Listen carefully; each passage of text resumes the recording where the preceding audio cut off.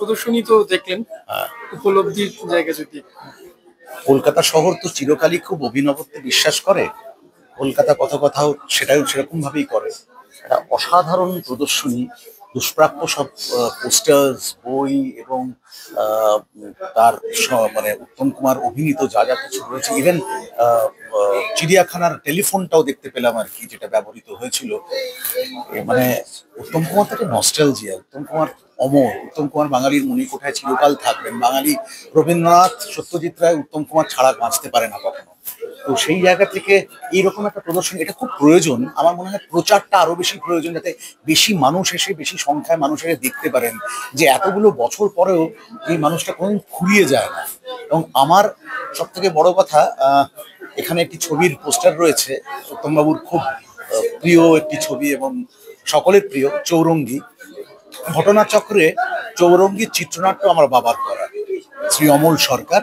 উনি মৃণাল সেনের সঙ্গেই যুক্ত ছিলেন, কিন্তু পিনাকি বাবুর এই ছবিতে চিত্রনাট্যটা এখনো IMDb বা যে কোনো জায়গায় সার্চ করলে দেখা যায় যে চিত্রনাট্যকার অমল সরকার, এবং উনি সহযোগী পরিচালক হিসেবেও কাজ করেছিলেন।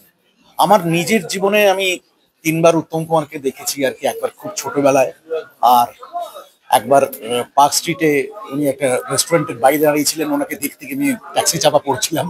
হ্যাঁ, তো ট্যাক্সিওয়ালা আমাকে বললো যে আরে মরেগা কে। আমি বললাম যে মানুষটাকে দেখতে পাচ্ছি তার জন্য মরতেও রাজি আছি আর কি।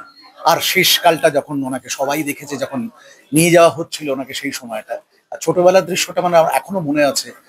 আমি তখন অনেক ছোট, আমার মাথায় হাত বুলিয়ে বলেছিলেন যে কি অমলবাবু আপনার ছেলে, এবং তুমি কি করো, কি হতে চাও, বাবার মতো ডিরেক্টর হতে চাও, এরকম সব জিজ্ঞেস করেছিলেন।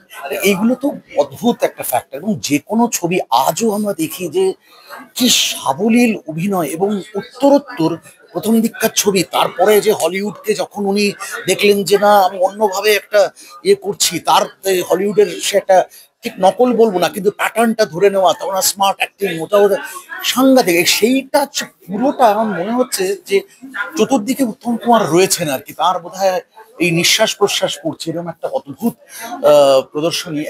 এটা সত্যি সত্যি আমার মনে হয় প্রত্যেকটা মানুষের দেখা উচিত, যে কি ছিল বাংলা ছবি, কি সাংঘাতিক তার সম্ভার, কি অসাধারণ তার একটা কি বলবো গোল্ডেন এরা।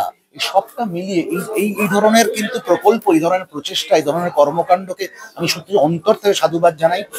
এবং আগামী দিনে কোনো কারণে যদি কোনো প্রয়োজন হয়, I am always there to come, definitely. ধন্যবাদ। Thank you.